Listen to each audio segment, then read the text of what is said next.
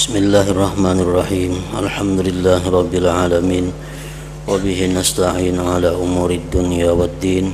Wassalatu wassalam ala asyrafil anbiya wal mursalin sayyidina Muhammadin wa ala alihi wa sahbihi ajma'in. Qala al-musanniful imam Hujjatul Islam Abu Hamid Muhammad bin Muhammad Al-Ghazali rahimahullah wa nafa'ana bi ulumihi. Wa min ayatihi asnaful hayawanat wa inqisamuha ila ma yatiru wa ila ma yamshi wa inqisamu ma yamshi ila ma yamshi ala rijlain wa ila ma yamshi ala arba'in wa ala ashrin wa ala mi'ah kama yushahadu bi ba'dil hasyarat summa inqisamuha bil manafi' was suwari wal ashkali wal akhlaqi wat tiba'. Anzur ila tuyuril jaw wa ila wuhushil bar wa ila al-bahaimil ahliyah tara fiha minal ajaib ma la tashukku ma'ahu bi 'azamati khaliqiha wa qudrati muqaddiriha wa hikmati musawwiriha wa kaifa yumkinu an yustaqsa min dzalika bal law aradna an nadhkura ajaibal baqqati awin namlati awin nahlati awil ankabut وهي من صغار الحيوانات ببنائها بيتها وبجمعها غذاءها وفي إلفها لزوجها وفي ادخارها لنفسها وفي حفظها بهندسة بيتها وفي هدايتها إلى حاجاتها لم نقدر على ذلك إلى آخره. Makna daripada kalamul Imam Al-Ghazali rahimahullah wa nafa'ana bi ulumih. Dan di antara tanda-tanda kebesarannya Allah Subhanahu wa ta'ala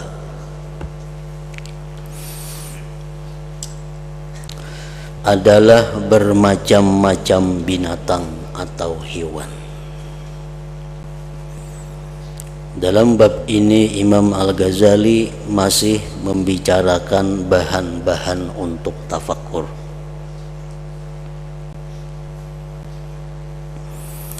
Sesudah beliau memberikan bahan-bahan tafakkur tentang bumi, kemudian beliau lanjutkan mengarahkan jalan atau bahan tafakkur kita tentang hayawan atau binatang-binatang.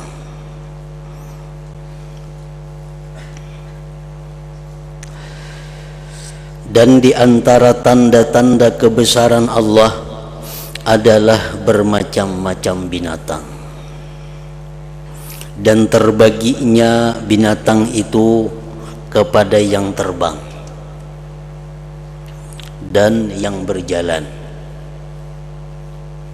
Ada lagi yang menyelam. Dan terbaginya binatang yang berjalan kepada yang berjalan di atas dua kaki, kayak ayam, itik. Dan kepada yang berjalan di atas 4 kaki, kambing contohnya. Dan di atas 10 kaki, dan di atas 100 kaki. Ada binatang yang mempunyai 100 kaki, seperti yang disaksikan pada sebagian serangga. Kemudian pembagiannya tentang kemanfaatan, rupa, bentuk, akhlak, dan tabiat. Jadi binatang-binatang itu tidak terlepas daripada manfaat yang dititipkan Allah di situ. Baik manfaat itu secara langsung atau manfaat itu tidak langsung. Berlain-lain rupanya, berlain-lain bentuknya, akhlak dan tabiatnya. Ada binatang yang sangat pemarah, ada binatang yang rakus, ada binatang yang tawadhu, ada binatang yang tamak, ada binatang yang qanaah, macam-macam tabiat atau akhlak daripada binatang itu.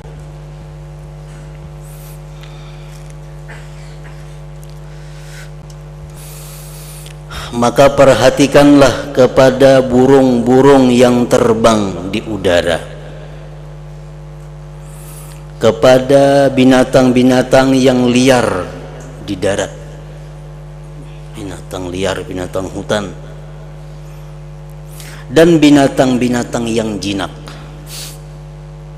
Maka kamu melihat padanya binatang-binatang itu keajaiban-keajaiban, keganjilan-keganjilan yang tidak diragukan tentang kebesaran penciptanya dan kemampuan yang menentukannya dan hikmah yang membentuknya, dan bagaimana mungkin diselidiki yang demikian itu secara mendalam. Kada akan mampu, kada akan cukup umur kita kalau kita meneliti tentang binatang-binatang yang diciptakan Allah Subhanahu wa ta'ala tadi.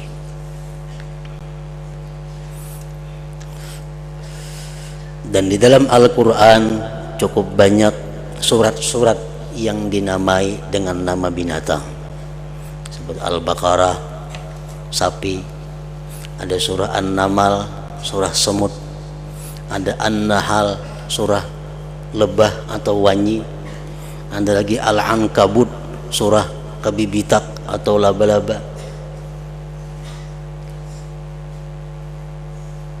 Nama-nama surah itu menunjukkan bahwa binatang-binatang itu bukan sesuatu yang tidak berarti.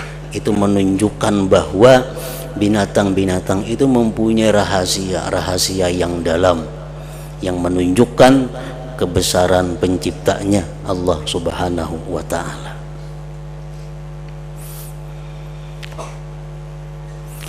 Di dalam Al-Quran Allah Subhanahu wa ta'ala menyebutkan dalam surat Al-Ankabut, surat laba-laba, Mathalul ladzina ittakhadhu min dunillahi awliya kamathalil ankabut ittakhazat baita wa inna awhanal buyut labaitul ankabut law kanu ya'lamun.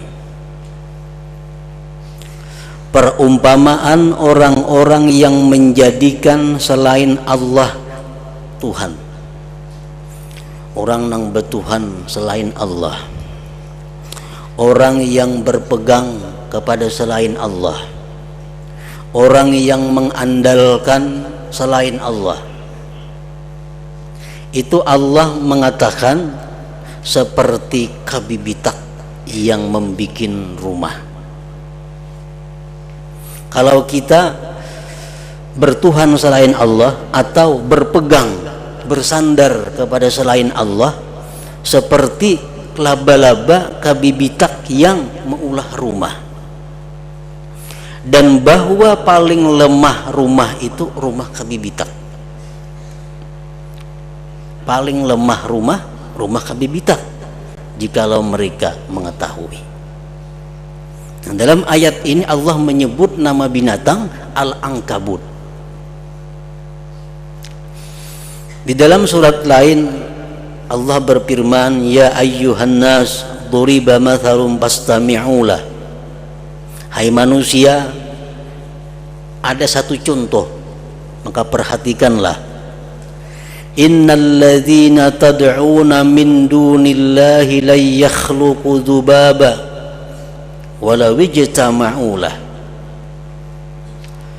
Sesungguhnya orang-orang yang kalian sembah selain Allah, siapa yang kita sembah selain Allah, siapa yang kita percayai selain Allah, siapa yang kita pegang, kita sandari selain Allah, mereka itu tidak mampu membuat lalat.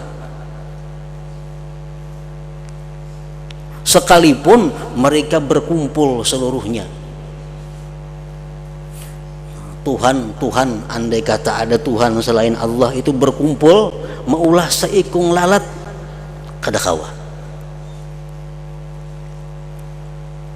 Apalagi patung-patung berhala-berhala. Wa iyyaslubuhumudz-dzubabu syai'a la yastanqidhuhu minhu. Dan jikalau mengambil akan berhala-berhala itu oleh lalat sesuatu,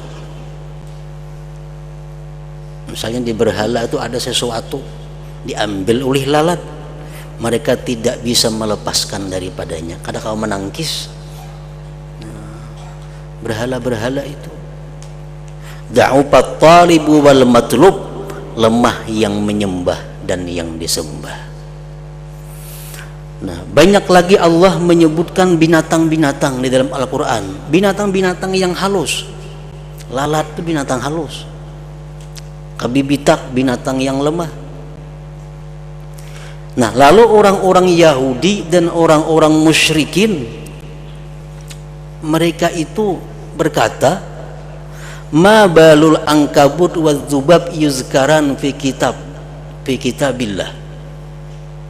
Bagaimana disebut itu kabibitak, lalat dalam Al-Quran?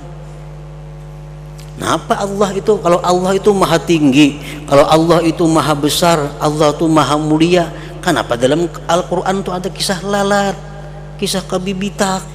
Itu menunjukkan bahwa Quran itu kada benar dari Allah, ujar orang-orang kafir. Nah, lalu Allah menurunkan ayat, innallaha la yastahi ay yadriba mathalan ma ba'udatan fama fawqaha. Allah itu kadang merasa malu mengulahkan contoh dalam Al-Quran itu nyamuk sekalipun atau yang selebihnya. Allah kadang merasa malu, kadang merasa rendah mengulah contoh itu lalat, nyamuk. Kenapa? Karena walaupun itu halus, hina, walaupun berkumpul seduniaan, kada bisa maulahnya.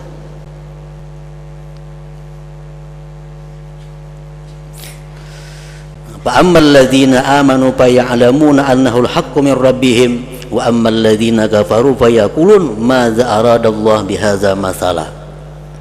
Orang-orang yang beriman mereka tahu bahwa itu benar dari Allah.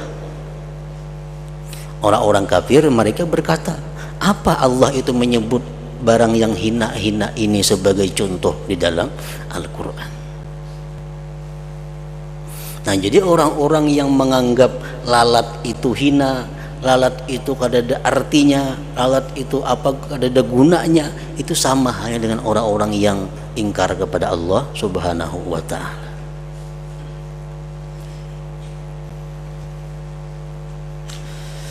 Bahkan jikalau kita hendak menyebutkan keajaiban-keajaiban kutu busuk atau pimpijit, bakkah,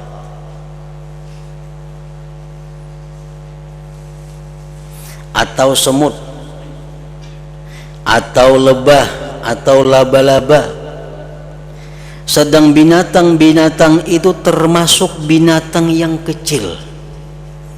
Pimpijit itu halus benar. Nah, laba-laba, tentang membangunnya akan rumahnya. Laba-laba itu bisa berulah rumah. Tentang mengumpulkannya akan makanannya, tentang kasih sayangnya kepada pasangannya, tentang penyimpanannya bagi dirinya, tentang kecerdasannya mengenali ukuran rumahnya, dan tentang memperoleh petunjuk kepada keperluan-keperluannya, maka kita tidak mampu atas demikian itu.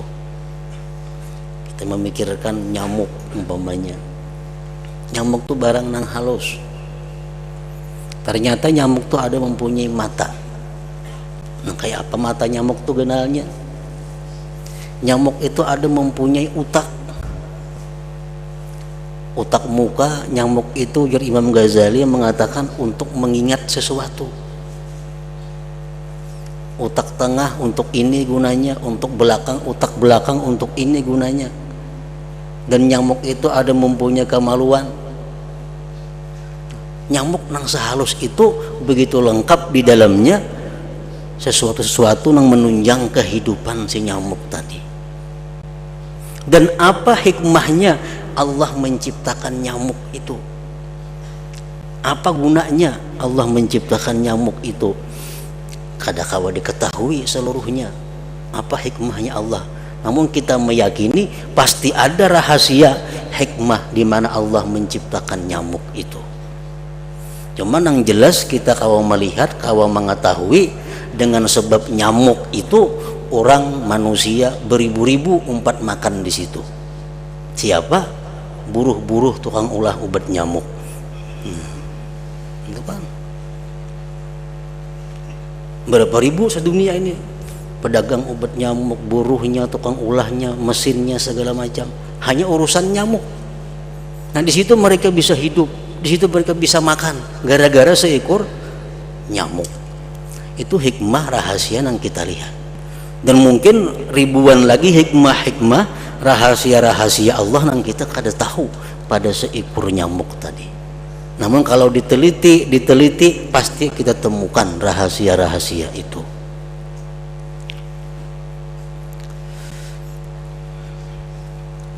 Imam Al-Qazwini mengatakan mengenai pimpijit. Pimpijit binatang halus, binatang nang hina. Ujar sidin idza suhikat wa ju'ilat fi suqbatil ihlil nafa'at min usril baul. Pimpijit itu amun dikumpulakan, ditutuk, dikasayakan ke lubang alat kelamin laki-laki nang sakit bakamih, maka itu bisa menyembuhkan sakit bakamih. Nah, jubakan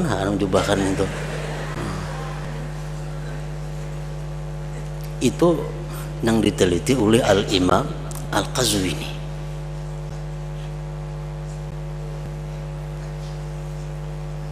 Pimpijit ternyata ada gunanya, ternyata ada hikmahnya. Dalam kitab Hayatul Hayawan disebutkan lagi tentang semut. Semut itu ada hintalunya. Bayzun namal ngarannya. Bayzun namal. Bayzun namal itu disebutkan di dalam kitab itu kalaunya ditumbuk, ditutuk jadi serbuk, dikasayakan ke sesuatu tempat di tubuh kita ini, maka di tempat itu kada akan mau tumbuh bulu atau rambut.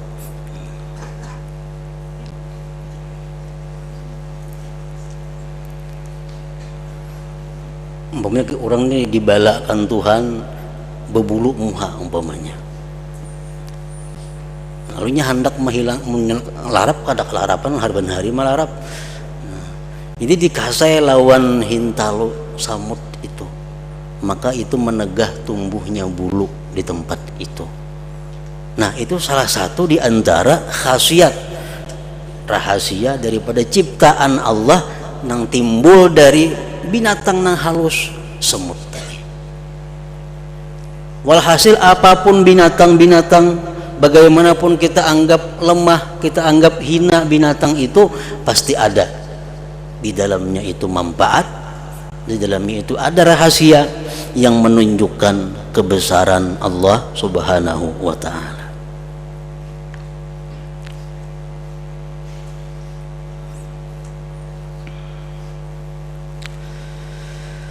Maka kamu melihat laba-laba, maka bibitak nih, membangun rumahnya di atas tepi sungai, lalu ia mencari pertama-tama dua tempat yang berdekatan. Di antara keduanya ada lubang dengan ukuran sehasta atau kurang daripada itu, sehingga memungkinkan baginya menyambung dengan benang di antara kedua sudutnya. Kemudian ia mulai dengan melimparkan air liurnya menjadi benangnya atas satu sisi agar melekat dengannya. Kemudian ia pergi ke sisi yang lain, maka ia mengukuhkan sudut yang lain dari benang. Kemudian seperti itulah ia pulang pergi yang kedua dan yang ketiga, laba-laba tadi. Dan ia menjadikan jauhnya antara keduanya itu berkesesuaian dengan kesesuaian secara ukuran. Padahal ada bisi mitiran laba-laba itunya. Sehingga apabila ia telah mengukuhkan ikatan-ikatan pembalut dan telah menyusun benang-benang seperti tenunan kain, niscaya ia menyibukkan diri dengan lintangnya. Lalu ia meletakkan benang lintang itu di atas benang bujur dan mengaitkan sebagiannya kepada sebagian yang lain. Dan ia mengukuhkan ikatan atas tempat bertemunya benang lintang dengan benang bujur. Dan ia menjaga pada sekalian yang demikian itu akan kesesuaian ukuran. Dan ia menjadikan sarangnya itu, rumahnya itu, yang demikian itu jaring yang jatuh di dalamnya kutu dan lalat. Jadi sarang kabibitak itu berfungsi sebagai penjaring, penangkap makanan-makanan untuk inya. Dan ia, si laba-laba tadi, duduk di suatu sudut dengan menunggu jatuhnya binatang buruan di dalam jaring. Nah, ini laba-laba ini sifatnya menunggu aja dengan makanan itu. Ini kada bercari kayak orang lain. Kabibitak nih sifatnya menunggu di dalam rumahnya. Kayaknya ada lalat nang masuk, kejerikit di situ. Kalau binatang buruan jatuh, maka ia bersegera kepada mengambilnya dan memakannya. Jika ia lemah dari berburu seperti itu, maka ia, si laba-laba tadi, mencari untuk dirinya suatu sudut dinding dan ia menyambung di antara dua tepi sudut dengan benang. Kemudian ia menggantungkan dirinya padanya dengan benang yang lain, dan ia tetap menundukkan kepala di udara di mana ia menunggu lalat yang terbang. Maka apabila lalat terbang, maka laba-laba itu menjatuhkan dirinya kepadanya lalu menangkapnya, dan ia melipat benang di atasnya, di atas kedua kakinya, dan mengukuhkannya, kemudian ia memakannya. Para ulama hikmah mengatakan, aqnaul asya al-ankabut, paling kanaah itu adalah kabibitak. Kabibitak ini binatang yang paling kanaah. Inya bercari di sarangnya aja, kada mau keluar pada sarang. Jadi binatang apa yang paling kanaah? Al-ankabut, binatang kabibitak. Binatang apa yang paling tamak? Az-zubab, lalat. Samuan dihinggapi. Wadah yang nyaman-nyaman dihinggapinya, gula dihinggapi, sampai kotoran pun dihinggapi lalat. Nah, hikmah Allah Subhanahu wa ta'ala, laba-laba ini adalah binatang paling kanaah dan lalat binatang paling tamak. Ternyata makanannya itu selaba-laba adalah lalat. Allah jadikan orang yang tamak itu akan termakan oleh orang yang kanaah.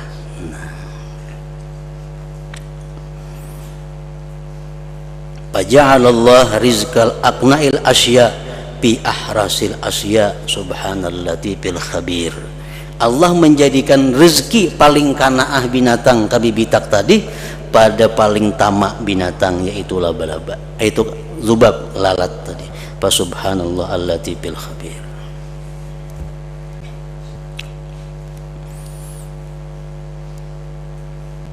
Apa rahasiatnya? Di situ Allah menunjukkan bagaimana pintarnya laba-laba mengolah sarang, mengolah rumah. Dijelaskan sedemikian rupa tadi. Dan apa gunanya sarang laba-laba itu? Sarang kabibitak itu bermanfaat. Manfaatnya apa? Manfaat sarang kabibitak itu untuk luka. Nah, disebutkan di dalam kitab masalah ini bahwa sarang kabibitak itu sangat berguna untuk mengobati luka supaya jangan bengkak dan menghentikan darah. Orang tuh luka, nah, ada sarang kabibitak, ambil tapalakan kalukanya itu kada mau bengkak dan menghentikan keluarnya darah. Itu salah satu di antara khasiat yang ada di sarang kabibitak tadi.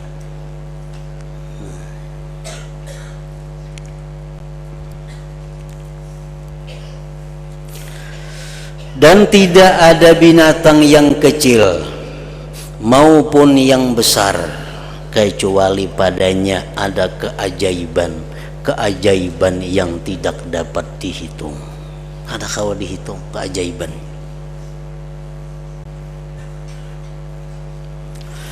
Apakah kamu melihat bahwa laba-laba itu mempelajari perbuatan ini dari dirinya?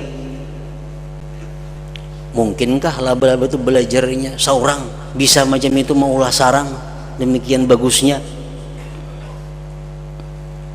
Atau itu ada dengan sendirinya? Maulah sarang itu ada seorangannya? Kada mau.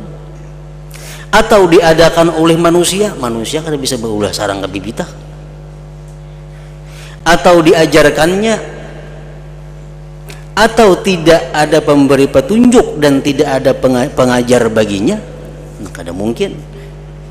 Pasti laba-laba itu mendapat petunjuk hidayah dari Allah Subhanahu wa ta'ala bagaimana caranya maulah sarang untuk kehidupan si kabibitak tadi. Nah, itu menunjukkan bahwa Maha Alim, Maha segala-galanya, yang menciptakan laba-laba itu Allah Subhanahu wa ta'ala. Nah, ini merupakan bahan tafakur, bahan pemikiran yang apabila berujung kepada pengakuan Maha Suci Allah, bila mana tafakur itu berakhir dengan Maha Hibat Allah, tafakur kita berujung dengan Maha Besar kuasa Allah, maka tafakur tadi mendapatkan nilai pahala lebih baik daripada ibadah 1 tahun.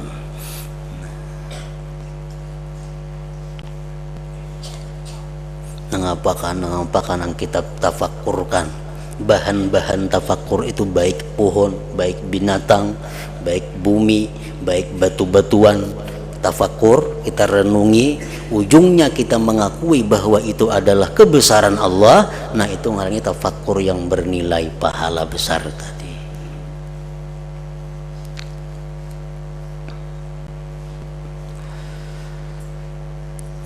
Apakah orang yang mempunyai mata hati ragu-ragu bahwa laba-laba itu adalah binatang yang miskin, yang patut dikasihani, lemah, tidak ada kemampuan?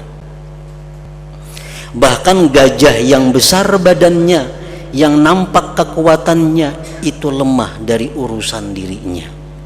Maka bagaimana dengan binatang yang lemah ini, si laba-laba tadi?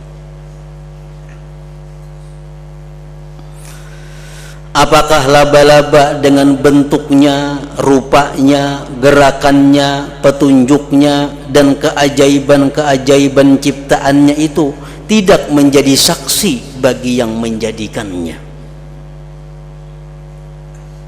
yang maha bijaksana dan penciptanya yang maha kuasa lagi maha mengetahui?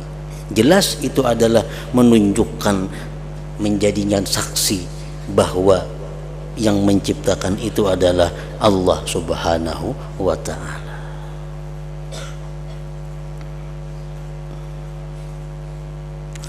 Maka orang yang berpenglihatan hati melihat, orang yang mata hatinya hidup, dia melihat pada diri ini binatang dengan apakah? Daripada kebesaran pencipta yang maha mengatur, dan keagungannya dan kesempurnaan kudratnya dan hikmahnya yang menjadikan akal-akal bingung padanya, lebih-lebih tentang binatang-binatang lainnya.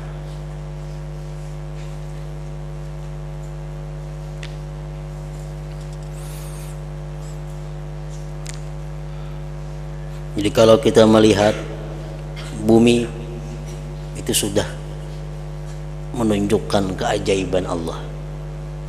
Kita lihat tumbuh-tumbuhan, lebih menunjukkan lagi kepada keajaiban Allah. Kita melihat lagi binatang, lebih daripada pohon menunjukkan kebesaran Allah.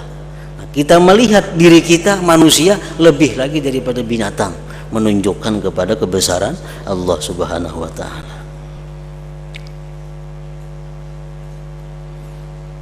Jadi orang-orang dahulu, para salafus salihin, mereka menjadikan wirid dalam sehari semalam ini ada waktu wirid tafakkur, ada waktu yang mereka sediakan untuk tafakkur ini. Misal waktu pagi mereka sediakan waktu 10 menit atau 15 menit untuk tafakkur. Nah, kemarian atau malam mereka sediakan juga waktu sekian menit untuk tafakkur. Kenapa? Karena tafakkur ini pahalanya melebihi daripada pahala-pahala yang lainnya. Jadi misal kita ada wirid zikir 1000 sehari, kita ada wiridan salawat 1000 sehari, ada wirid istighfar 200-300 sehari, ada wirid tasbih subhanallahil azim wa bihamdi sekian ratus sehari. Nah, membaca Quran sekian lembar sehari, maka wirid tafakkur ini kada boleh tidak mesti ada. Nah, apa yang dipikirkan? Banyak bahan tafakkur. Imam Ghazali mengajarkan bermacam-macam. Contohnya bahan-bahan yang bisa kita jadikan renungan, yang bisa menambah ma'rifat keyakinan kita kepada kebesaran Allah Subhanahu wa taala. Bab ini juga tidak ada batasan baginya. Ada batasnya. Kalau kita hendak memikirkan seekor nyamuk saja, ada kawat untung.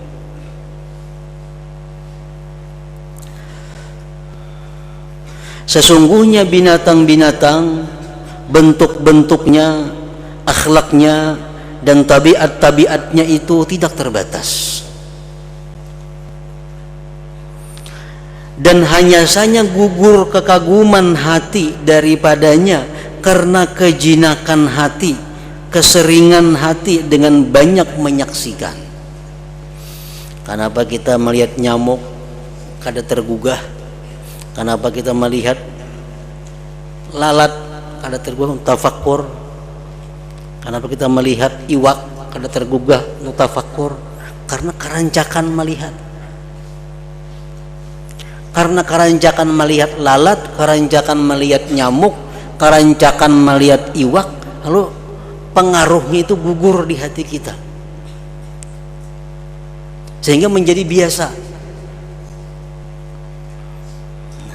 Dan hanya saja gugur kekaguman hati daripadanya karena kejinakan hati dengan banyak menyaksikan. Nah, namun apabila ia melihat sesuatu binatang yang asing, namun ada timbul binatang nang hanyar, walaupun ulat tapi hanyar. Ini binatang hanyar nang kita lihat, niscaya membarulah kekagumannya. Aneh, kita asa kagum. Kita melihat kambing punya betisnya biasa 4, ada kambing 10 betisnya. Nah, kita pasti kagum melihat. Kenapa? Karena ini baru disaksikan. Niscaya membarulah kekagumannya dan ia berkata subhanallah. Padahal biasa ribuan kambing ada pernah subhanallah, karena keranjakan melihat. Tapi karena ada kambing nang aneh, nang baru, lalu subhanallah, alangkah mengagumkannya.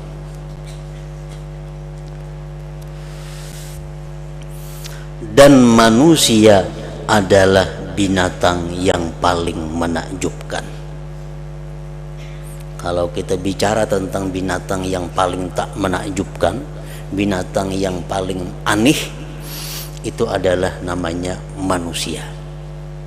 Manusia ini disebut hayawan, hayawanun natik, binatang yang bisa berpikir.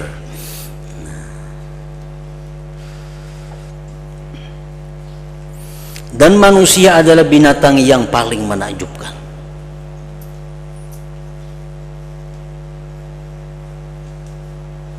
Dan ia tidak merasa kagum dari dirinya. Kita nih padahal paling aneh ciptaan Allah. Seharat apa aja binatang adalah binatang yang bisa sepeda motor, yang bisa menyupir, kan ada. Tapi kalau manusia jadi pilot macam-macam. Nah, dan manusia adalah merupakan binatang yang paling menakjubkan dan ia tidak merasa kagum dari dirinya. Tetapi jikalau ia memandang kepada binatang-binatang ternak yang hatinya jinak kepadanya dan memandang kepada bentuk-bentuknya dan rupa-rupanya, kemudian kepada manfaat-manfaatnya dan faidah-faidahnya, dari kulit-kulitnya, bulu-bulunya dan rambut-rambutnya yang dijadikan oleh Allah sebagai pakaian bagi makhluknya dan sebagai perlindungan bagi mereka dalam bepergian mereka dan bermukimnya mereka, dan bejana-bejana bagi minuman mereka dan wadah-wadah bagi bahan makanan mereka, dan pemeliharaan bagi tapak kaki mereka. Dan dia Allah menjadikan air susunya dan dagingnya binatang tadi makanan bagi mereka manusia. Kemudian dia Allah menjadikan sebagiannya hiasan bagi kendaraan dan sebagiannya binatang untuk pembawa beban-beban yang berat yang menempuh desa-desa dan padang-padang yang jauh. Niscaya orang yang memandang memperbanyak rasa kekaguman dari hikmah orang yang menciptakannya dan merupakannya itu.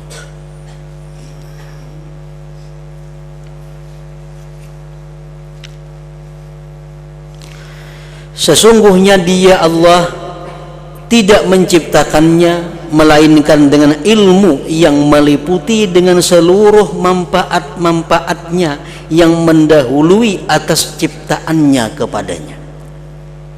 Artinya Allah itu sebelum menjadikan nyamuk umpamanya, itu Allah sudah mengetahui nyamuknya seperti ini, manfaatnya ini, bahayanya ini, macam-macam sudah diketahui oleh Allah.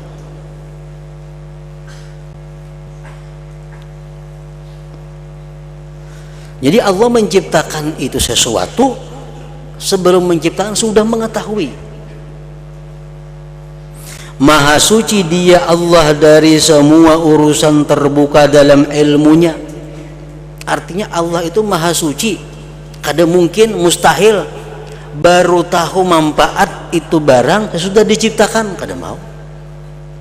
Begitu diciptakan nyamuk hanya tahu manfaatnya ini nah kada mau. Sebelum Allah menciptakan sesuatu, Allah sudah tahu manfaatnya ini. Dengan tanpa tafakur, berpikirlah Allah mau, kada berpikir. Berpikir itu manusia, makhluk yang berpikir sebelum menciptakan sesuatu. Allah kada berpikir. Dan tanpa angan-angan dan pemikiran, dan tanpa minta pertolongan menteri atau penasihat, maka dia adalah yang maha mengetahui, yang maha waspada, yang maha bijaksana dan maha kuasa. Nah, jadi kita kada heran kalau ada orang-orang dahulu, orang-orang salihin dahulu berkata, ma ra'aitu syai'an illa ra'aitullah fihi. Aku tidak melihat sesuatu melainkan aku melihat Allah pada sesuatu itu. Kenapa? Karena mereka mengetahui, merenungi bahwa setiap sesuatu itu pasti ada keajaiban yang menunjukkan kebesaran Allah Subhanahu wa taala. Mereka melihat binatang, mereka ingat kepada Allah. Melihat pohon, ingat kepada Allah. Ma ra'aitu syai'an illa ra'aitullah fihi.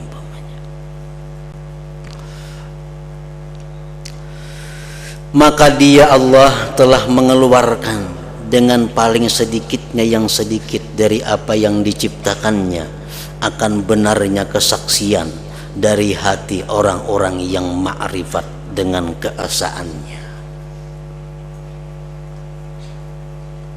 Maka tidak ada bagi makhluk selain tunduk terhadap keperkasaannya dan kudratnya, dan mengaku dengan ketuhanannya, dan ikrar dengan kelemahan dari mengetahui keagungannya dan kebesarannya. Kada usah kita hendak mengetahui tentang Allah, mengetahui tentang ciptaannya aja kita kada sanggup. Kita meneliti pimpijit itu di mana matanya, di mana telinganya, di mana hatinya, di mana jantungnya, di mana urat-uratnya. Itu sudah kada hawa kita. Itu hanya ciptaan yang halus dari Allah. Mengetahui hakikat ciptaan Allah aja kita kada mampu, apalagi mengetahui hakikat tentang Allah Subhanahu wa ta'ala yang menciptakan itu.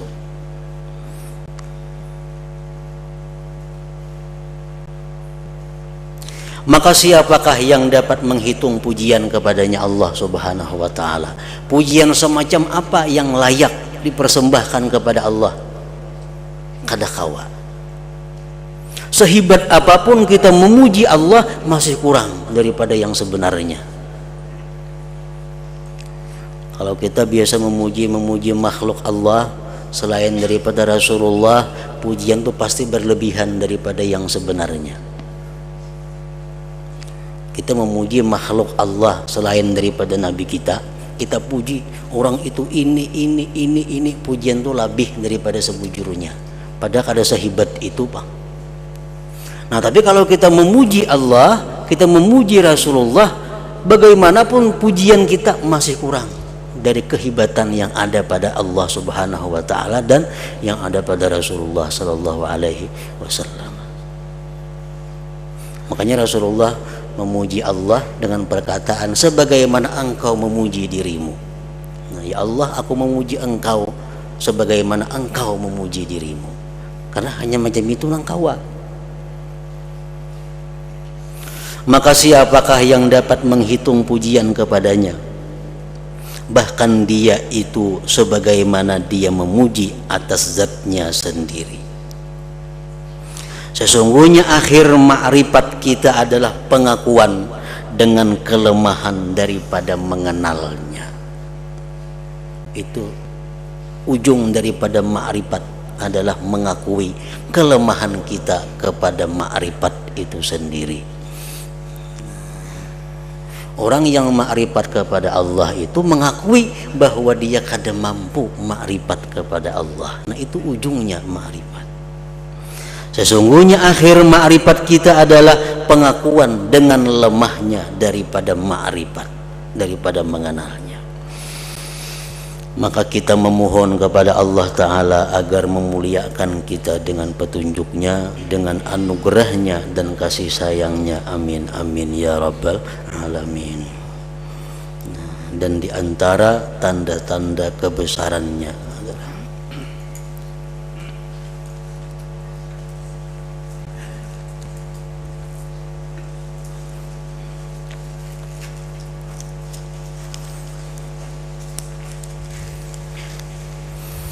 afdalul dzikri fa'lam annahu la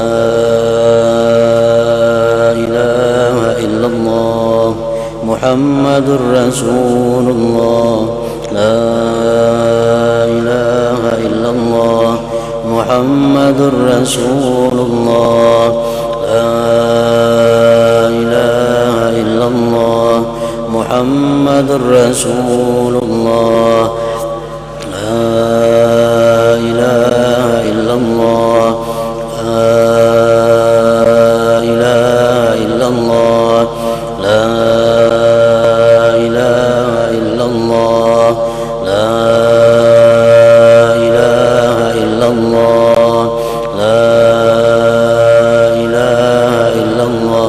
Allahu Allah, Allahu Allah, Allahu Allah, Allahu Allah,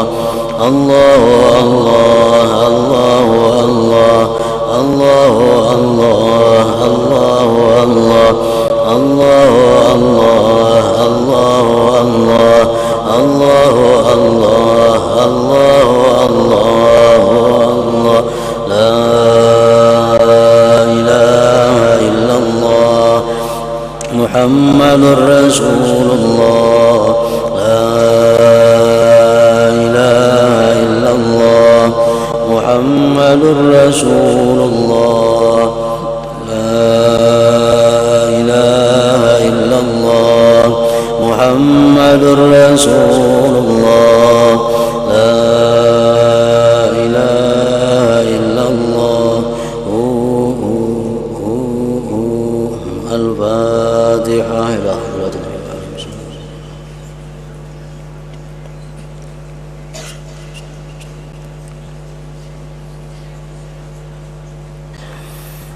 فيا أيها الرجل منه شفاعة صلوا عليه وسلموا تسليما اللهم صل وسلم